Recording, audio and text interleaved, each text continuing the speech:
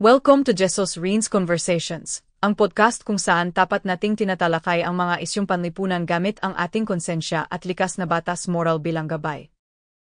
Sa episode na ito, pag-usapan natin ang isang sensitibong issue, same-sex marriage. Is it a betrayal of tradition or a step forward in achieving real equality? Kasama natin gayon sina Gonzales at Valencerina, dalawang taong may magkaibang pananaw pero parehong naghahangad na makabuluhang pag-usap. Let's begin. Let's be honest and not sugarcoat the truth. Marriage has always been between a man and a woman. Ganyan na yun dati pa. Hindi lang ito tungkol sa love, kundi sa natural na disenyo ng katawan ng tao. Babae para sa lalaki, lalaki para sa babae.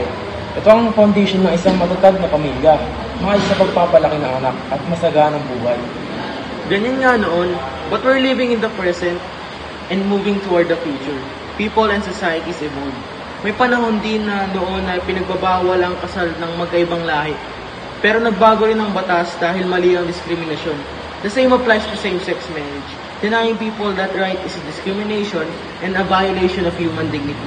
Kaya malinaw ang problema, tradisyon kontra sa pagkakapantay-pantay. Herawan na biyayang tama? At ano ang sinasabi ng ating konsensya? But there's a difference between race and gender.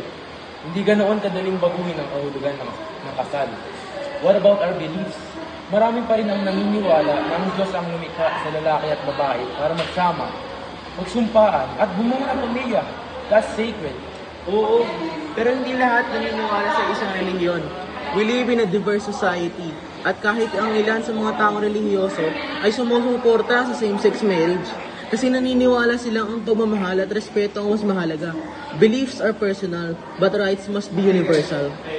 Ang konsensya ang nagtuturo sa atin kung alin ang tama at mali. At ang likas na batas moral ay gumagabay sa ating kilos sa pamamagitan ng mga halagang likas sa tao, katarungan, paggalang at kabutihan. Redefining marriage is not just a legal matter.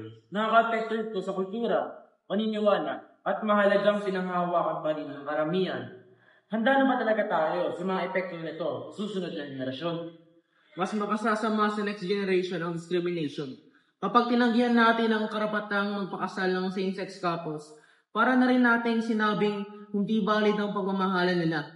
That message is harmful, lalo na sa mga LGBTQ+ youth na lumalaking takot sa rejection. That's not what our conscience should allow. Naniniwala pa rin ako na ang disenyo ng Diyos ay para sa lalaki at babae.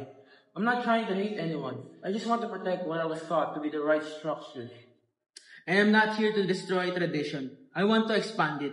Ang pagmamahal at commitment ay may iba't ibang anyo. Same-sex marriage doesn't weaken society, it strengthens it by promoting equality. Mahirap lang talagang tanggapin ang pagbabago. Lumaki kami sa ibang pananaw at parang pinahiwatig ngayon na mali ang tinuro sa amin. Naiintindihan ko yan. Hindi naman pinipilit ang sino man na baguhin ang paniniwala nila.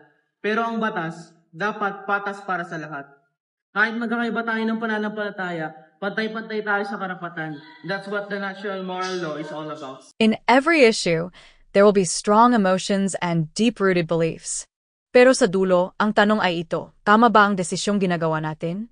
Makatarungan ba ito para sa lahat? Sa tulong na konsensya at likas na batas moral, makikita natin ang tamang kilos, ang pagtataguyod ng dignidad, pagkakapantay-pantay, at respeto para sa lahat kahit magkaiba ang ating paniniwala. Thanks for tuning in to Jesus Reigns Conversations. Keep listening, keep thinking, and always let your conscience guide your actions.